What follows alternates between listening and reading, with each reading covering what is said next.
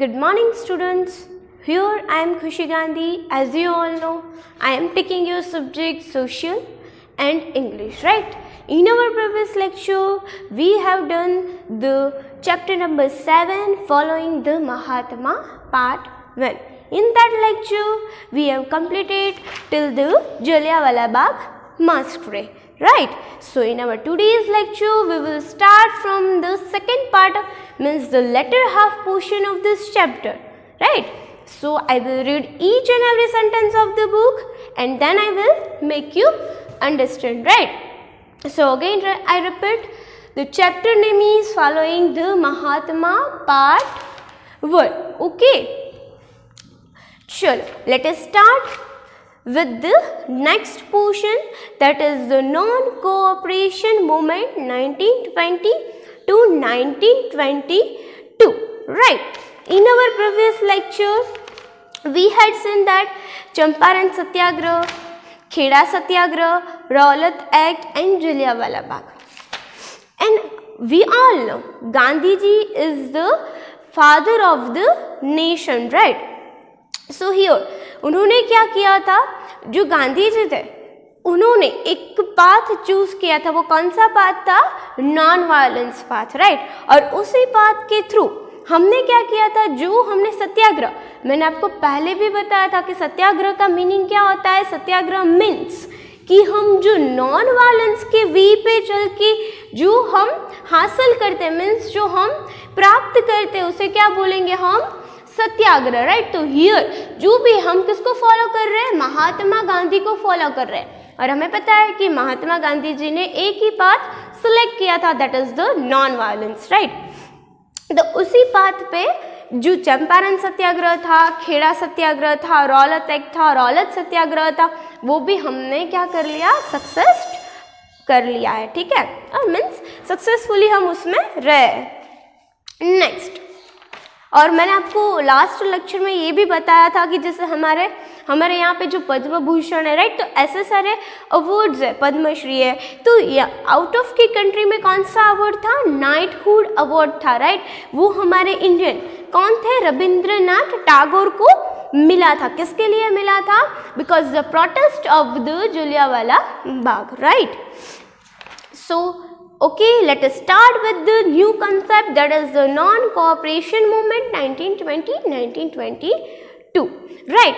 In this famous book Hind Swaraj, right? यहाँ पे किसकी फेमस बुक की बात कर रही है? गांधी जी की जो फेमस बुक थी, कौन सी? Hind Swaraj, 1909. Gandhi ji said that the British rule could be established in India due to the cooperation of Indians and it reigned with their support only. जो गांधी जी की बुक थी, कौन सी? हिंद स्वराज, उसमें उन्होंने बताया कि जो गांधी जी है उन्होंने क्या बोला कि पूरा जो ब्रिटिश है, मतलब यहाँ पे ब्रिटिश रूल कर रहा है, राइट? तो वो किसकी मदद से, मतलब किसके सपोर्ट से कर रहा है? ओनली इंडियन सपोर्ट की वजह से वो यहाँ तक टिक पा रहा है, राइट? इफ इंडियन सपोर्ट देना बंद कर देंगे तो वो पूरा जो उनका क्या चल रहा था, जो मैनेजमेंट चल रहा था, राइट? मतलब उनका जो पावर था, सुप्रीमेसी पावर था, वो चला जाएगा. Next, if the Indians would withdraw their support, withdraw means उठा लेते, मतलब वो रिमूव कर देते हैं their support and cooperation. We all know what is cooperation means understand करना, राइट? इफ हम उनको कोऑपरेट नहीं करेंगे तो क्या होगा? The British rule would end within a year and swaraj would be established. तो क्या होगा? अगर हम हमारा सपोर्ट उनसे छीन लेंगे, मतलब उनको नहीं देंगे, तो क्या होगा? पूरा जो ब्रिटिश रूल था वो चला जाएगा विद इन अ 1 ईयर. और क्या हो जाएगा? जो स्वराज है, राइट, वो एस्टैब्लिश हो जाएगा. स्वराज मीन्स हमें पता है कि हमारा खुद का राज. स्व का मीनिंग क्या होता है? सेल्फ. और जो राज का मीनिंग क्या होता है? पावर, सेल्फ पावर आ जाएगा, ठीक है? ओके, नेक्स्ट क्या है? Gandhi ji started the non cooperation movement on the same line of thought. Gandhi ji ने नॉन कोऑपरेशन मूवमेंट स्टार्ट कर दी. कौन सी? 2 लाइन बोल के स्टार्ट कर दी. The 2 main features of the non cooperation movement. Students, it is very important to learn that which 2 main features of the non-cooperation movement. So let us see the first feature of that. That was the complete boycott of government jobs, legislative councils, government educational institutions, British titles of the honor, foreign clothes and goods. जो मतलब foreign को है, मतलब कि जो government थी उस time पे, कौन सी गवर्नमेंट थी? ब्रिटिश गवर्नमेंट थी, right.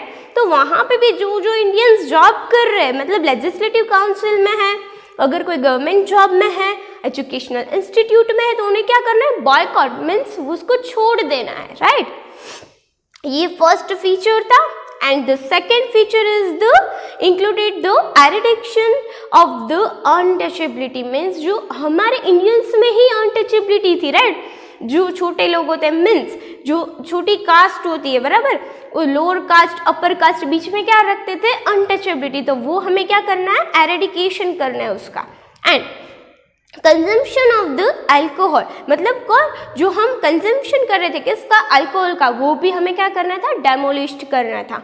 Next, he advocate the propagation of the स्वदेशी गुड, और उन्होंने क्या बोला है कि जो स्वदेशी गुड्स, हमें पता है हमारा स्वदेशी गुड्स कौन सा है? खादी। आपको पता है गांधी जी कौन से कपड़े पहना करते थे? खादी के। तो it is your mention that the khadi and the national education alongside, हमें इस सब चीज को, मतलब जो कौन सी, जो आउट ऑफ कंट्री थी, आउट ऑफ कंट्री की थी, कौन सी थी? मतलब फॉरेन गुड्स थे, वो हमें क्या करना था? बॉयकॉट करना था। और हमें एक्सेप्ट क्या करना था? अप्लाई क्या करना था? जो खादी गुड्स थे, राइट। एंड नेशनल एजुकेशन हमें यहाँ पे अप्लाई करना था। Again students, it is very important to learn the two features of the non-cooperation. First feature is that we have to boycott the all foreign goods and accept our national goods, that is the khadi. And second thing is that we have to also boycott the international education, means the foreign education, and we have to accept the national education. Clear? Okay. Gandhiji started the non-cooperation movement by returning the title Kesar-e-Hind, right? Gandhi ji ने जो non-cooperation movement थी, वो एक जो title था, कौन सा title था? केसर-ए-हिंद, वो टाइटल से उन्होंने स्टार्ट कर दिया। And the movement picked up the momentum in 1922 मतलब ये मूवमेंट स्टार्ट तो हो गया, और ये मूवमेंट ने मोमेंटम आपको पता है, आपका ये मोमेंटम वर्ड है वो साइंस रिलेटेड है, राइट। साइंस रिलेटेड वर्ड है। यहाँ पे मोमेंटम का मीनिंग क्या होता है? एक स्पीड, मतलब एक कांस्टेंट स्पीड पे जब यहाँ से लेके जब वो यहाँ तक आता है, मीन्स अगर यहाँ से स्टार्ट हुआ और यहाँ तक जाएगा तो उसकी जो स्पीड है, मतलब यहाँ पे उन्होंने मोमेंटम, मतलब यहाँ पे उसकी जो स्पीड है वो इंक्रीज हुई। तो वो मोमेंटम कब आया? 1921-22 में। Students left the schools and colleges, many leaders like the Motilal Nehru, Rajgopalachari and the Asal Ali left their advocacy। और इस दौरान क्या हुआ कि जो स्टूडेंट्स थे उन्होंने अपनी स्कूल, कॉलेजेस वो सब छोड़ दी। मैनी लीडर्स, यहाँ पर कितने सारे लीडर्स जैसे कि Motilal Nehru, Rajagopalachari, Asaf Ali left their advocacy, मतलब जो एडवोकेट थे उन्होंने पे अपनी जॉब छोड़ दी। ये क्या हुआ कि हमने अबो मेंशन किया ना कि जो हमारा फर्स्ट फीचर था, क्या करना था? बॉयकॉट करना था सारी जॉब्स, तो राइट, तो यहाँ पे ये फीचर अप्लाई हो रहा है।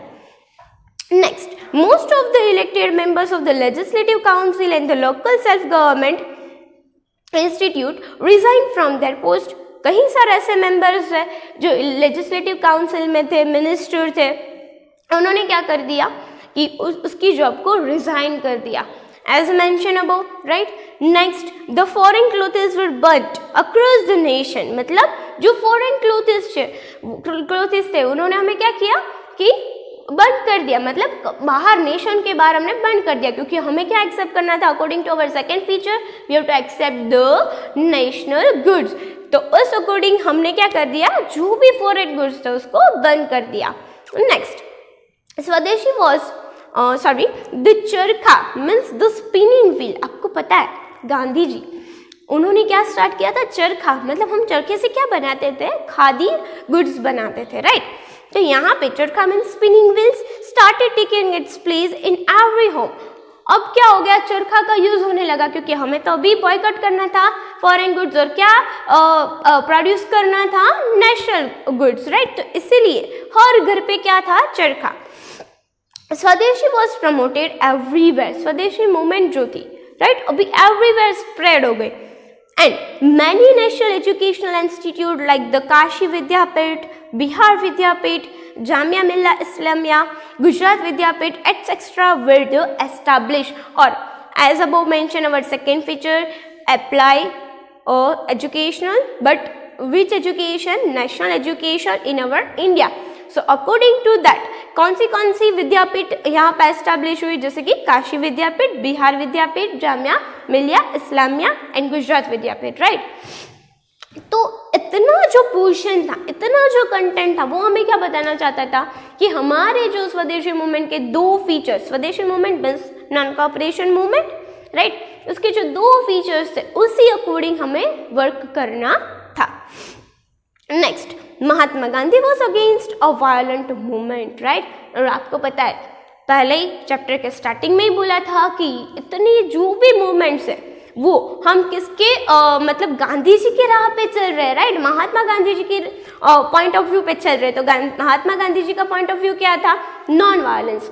तो गांधी जी को पहले भी और अभी भी क्या पसंद नहीं था, वायलेंस पसंद नहीं था।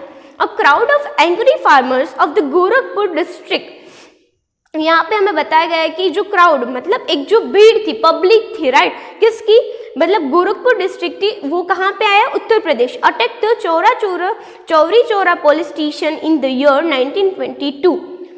क्या किया, वो जो पब्लिक थी मतलब जो फार्मर्स थे गोरखपुर के, उन्होंने अटैक किया। कहाँ अटैक किया, जो चौरी चौरा पुलिस स्टेशन है, राइट, इन द ईयर 1922। क्यों अटैक किया, because the police had fired at the crowd, killing few and injuring many। क्योंकि पुलिस ने क्या किया था, फायर किया था, एंड उनको क्या किया था, फायर किया था, और वहां पे कुछ फार्मर्स ने उसको मार भी दिया था और किसी को इंजरी आई थी, right. The police station was set ablaze and the 22 policemen were burnt alive in this incident। और इसकी वजह से मतलब जो पूरा बोलते ना रोष था किसमें, जो फार्मर्स थे, कहाँ के फार्मर्स थे, गोरखपुर के, राइट। तो उन्होंने उसके बदले में मतलब उसको अटैक किया। कैसे अटैक किया, पुलिस स्टेशन में जाके, एब्लेज मतलब सेट एब्लेज मतलब फायर करके, राइट, फायर किया।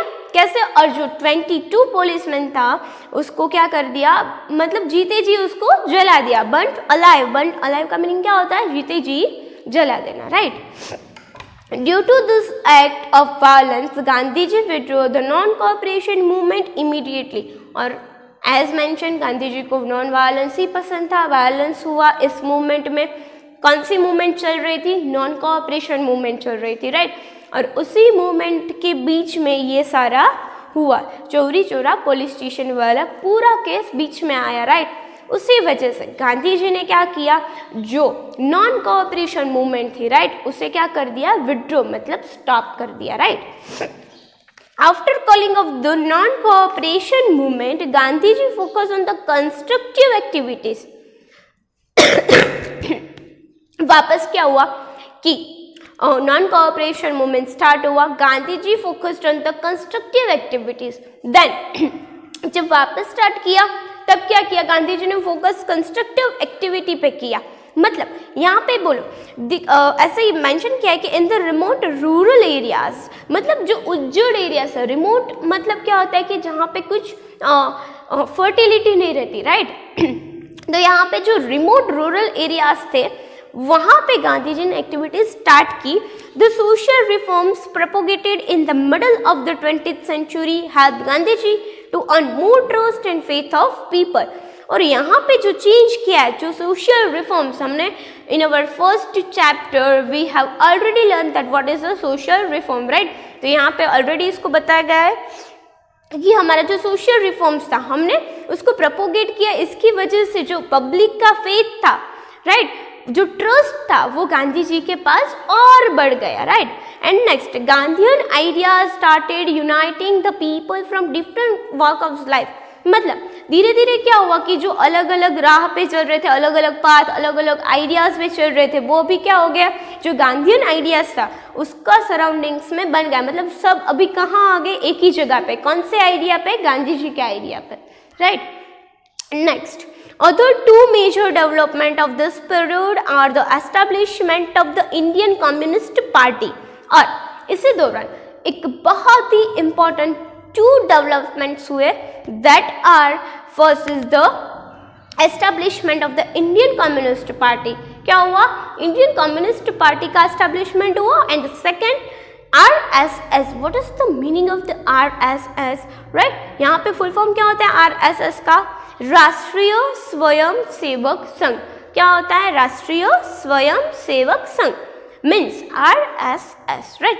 This party envisions the future of the India. मतलब ये दोनों पार्टी मिलके क्या कर रही थी, एविजन मतलब हमारा जो फ्यूचर है, हमारी जो फ्यूचर जनरेशंस है उसके लिए विजन कर रही थी, right. Next, in a quite different way know about their social, political, economic views with the help of your teacher। यहाँ पे बताया कि सोशल, पॉलिटिकल, इकोनॉमिक व्यूज है, राइट। हमें पता है as we discussed in our physical lectures, हमने discuss किया था कि जो सोशल पॉलिटिकल व्यूज है, राइट, कई बार देखते हैं कि एक्चुअल जो हम पढ़ते हैं उससे कहीं सारा डिफरेंट होता है। कैसे कि जैसे कि भाई पॉलिटिक में कुछ अलग चलता है, कुछ करप्शन चलता है, तो यहाँ पे हम देखते हैं कि ऐसा कुछ होता ही नहीं है, राइट।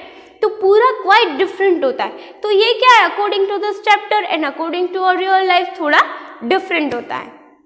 नेक्स्ट, सो अभी क्या हुआ कि हमने नॉन कोऑपरेशन मूवमेंट यहाँ पे खत्म किया। Non cooperation movement date 1920 to 1922। यहाँ पे क्या हुआ कि एज हमें पता है कि हमारे सपोर्ट से ही ब्रिटिश पूरा चल रहा था, हमारे कोऑपरेशन से ही ब्रिटिश चल रहा था, राइट। तो गांधी जी ने क्या बताया कि इफ हमारा कोऑपरेशन और हमारा सपोर्ट हम छीन लेंगे तो ब्रिटिश यहाँ पे टिक नहीं पाएंगे, राइट। तो उसी वजह से गांधी जी ने नॉन कोऑपरेशन मूवमेंट स्टार्ट किया with the two main features। The first feature is that we have to boycott all foreign goods, all government jobs, all legislative councils and all the ministry jobs, right? And the second feature is that we have to eradicate the untouchability and demolish the acquiring of the alcohol, right? So we have to apply this both features into this movement, right? And according to two features यहाँ पे क्या हुआ कि जो schools थे, right, वो उसमें जो स्टूडेंट्स थे उन्होंने वो स्कूल्स छोड़ दी, कॉलेजेस छोड़ दी। मोतीलाल नेहरू थे, राइट। देन अगेन यहाँ पे दिया है कि राजगोपालचारी थे, उन्होंने भी अपनी जो एडवोकेट की जॉब थी, राइट, वो क्या कर दी थी, लीव कर दी थी, मतलब वहाँ से रिजाइन दे दिया था। और हमारे नेशनल एजुकेशन के लिए काशी विद्यापीठ है, बिहार विद्यापीठ है, जामिया मिल्ला इस्लामिया है, तो ये गुजरात विद्यापीठ है, तो ऐसे कई विद्यापीठ यहाँ पे एस्टेब्लिश्ड हुई थी। इसके बीच में क्या हुआ था कि गोरखपुर के जो फार्मर्स थे उन्होंने यहाँ पे एक नॉन वायलेंस मूवमेंट क्या की थी, यहाँ पे नॉन वायलेंस मूवमेंट चल रही थी, पर उन्होंने क्या किया, वायलेंस लेके पूरी जो हमारी नॉन वायलेंस मूवमेंट थी उसको ब्रेक कर दिया। कैसे कि उन्होंने एक कौन सा पुलिस स्टेशन था, चौरी चौरा पुलिस स्टेशन में आग लगाई और 22 पुलिसमैन अलाइव बर्न हो गए, राइट। तो इसी वजह से गांधी जी ने जो नॉन कोऑपरेशन मूवमेंट थी उसे क्या कर दिया, वहां पे विड्रॉ मतलब स्टॉप कर दिया, राइट। और फिर अगेन उस मूवमेंट को स्टार्ट किया विद द न्यू एक्टिविटीज। कौन सी एक्टिविटीज थी, constructive activities. Constructive activities means जो बोलते हैं ना कि जो रूरल एरियाज थे, राइट, वहां पर डेवलपमेंट करने की जो एक्टिविटीज होती है उसे क्या बोलते हैं, कंस्ट्रक्टिव एक्टिविटीज, राइट। तो यहाँ पे भी बताया कि गांधी जी ने ऐसे एक्टिविटीज, सोशल रिफॉर्म्स, ये सब ला के जो पब्लिक फेथ था, पब्लिक जो दूसरे दिशा पे मतलब जो डिफरेंट डायरेक्शन पे जा रहे थे उसकी वजह से सेम ही डायरेक्शन पे सब आ गए। और जो यूनिटी थी जो गांधी जी को पसंद थी, मतलब हिंदू मुस्लिम दोनों यूनाइट होके क्या करे, एक अटेन करे, क्या सक्सेस अटेन करे, राइट। तो यहाँ पे भी सेम ही हुआ। कि गांधी जी ने ये मूवमेंट जब दोबारा स्टार्ट की तब यूनाइट होके सबने स्टार्ट किया और यहाँ पे एक 2 मेन एस्टेब्लिशमेंट हुए थे। कौन से थे? फर्स्ट कम्युनिस्ट पार्टी का एस्टेब्लिशमेंट हुआ था एंड द सेकेंड RSS। यहाँ पे RSS का मीनिंग क्या होता है? राष्ट्रीय स्वयंसेवक संघ, राइट? तो I hope you all are clear with that content, right? So now moving to our next commission. Okay students, so let us see with the Simon Commission, right? चलो देखते हैं कि साइमन कमीशन में क्या था। और Simon commission 1927, the British government sent Simon Commission under the chairmanship of the Sir Simon to investigate the progress of the governance scheme introduced under the Government of India Act 1919। British government ने Simon commission को क्यों यहाँ पे भेजा था? तो introduce करने के लिए। क्या इंट्रोड्यूस करने के लिए? मतलब इन्वेस्टिगेट करने के लिए। क्या इन्वेस्टिगेट मतलब जांच करना कि क्या चल रहा है, क्या ऐसे सब जांच करने को क्या बोलते हैं? Investigate, right? तो यहाँ पे भी ब्रिटिश गवर्नमेंट ने जो हमारा इंडियन एक्ट था, कौन सा? 1919, उसको इन्वेस्टिगेट करने के लिए साइमन कमीशन भेजा था। और साइमन कमीशन में क्या था? This commission had to decide the political future of our country. और ये कमीशन क्या डिसाइड कर रहा था? फ्यूचर स्टेप्स, मतलब हमारी जो फ्यूचर जनरेशन थी उसको डिसाइड कर रहा था, right? And did not have a single representative from India. और वहाँ पे एक सिंगल रिप्रेजेंटेटिव पर इंडिया में से कोई इंडियन उसमें नहीं था, राइट? यहाँ पे तो this made the people furious and insult. और उसकी वजह से क्या हुआ कि जो हमारी इंडियन पब्लिक है उसे क्या लगा कि हमारा इंडियन रिप्रेजेंटेटिव अगर हमारा फ्यूचर डिसाइड कर रहा है तो हमारे इंडियन रिप्रेजेंटेटिव तो वहाँ पे होने चाहिए ना, पर एक भी रिप्रेजेंटेटिव वहाँ पे नहीं थे। This made of India furious and insult. उसके लिए क्या हुआ? उनको इंसल्ट फील हुआ and all the political party decided to boycott the Simon commission. और लास्ट में उन्होंने क्या डिसाइड किया? साइमन कमीशन को बॉयकॉट करने को डिसाइड किया। When the members of the commission reach India they were welcome with the black flag. और जब साइमन कमीशन ब्रिटिश से इंडिया आया तब उनका वेलकम हमारे इंडियंस ने कैसे किया? With the black flag. और उस ब्लैक फ्लैग में एक स्लोगन था, that is the Simon go back. ये क्या प्रोटेस्ट कर मतलब ये क्या मार्क कर रहा था? प्रोटेस्ट को मार्क कर रहा था। वी ऑल नो हम कैसे वेलकम करते हैं, वेलकम का मीनिंग क्या होता है? आओ। पर यहाँ पे तो हमने वेलकम किया विद द गो बैक, मतलब आप चले जाओ, राइट? तो ये एक प्रोटेस्ट है। Okay students, so you have to remember that, right? कि Simon Commission is under the leadership of the Sir Simon, right? And it is on the 1927. Our next topic is the Bardoli Satyagraha, right?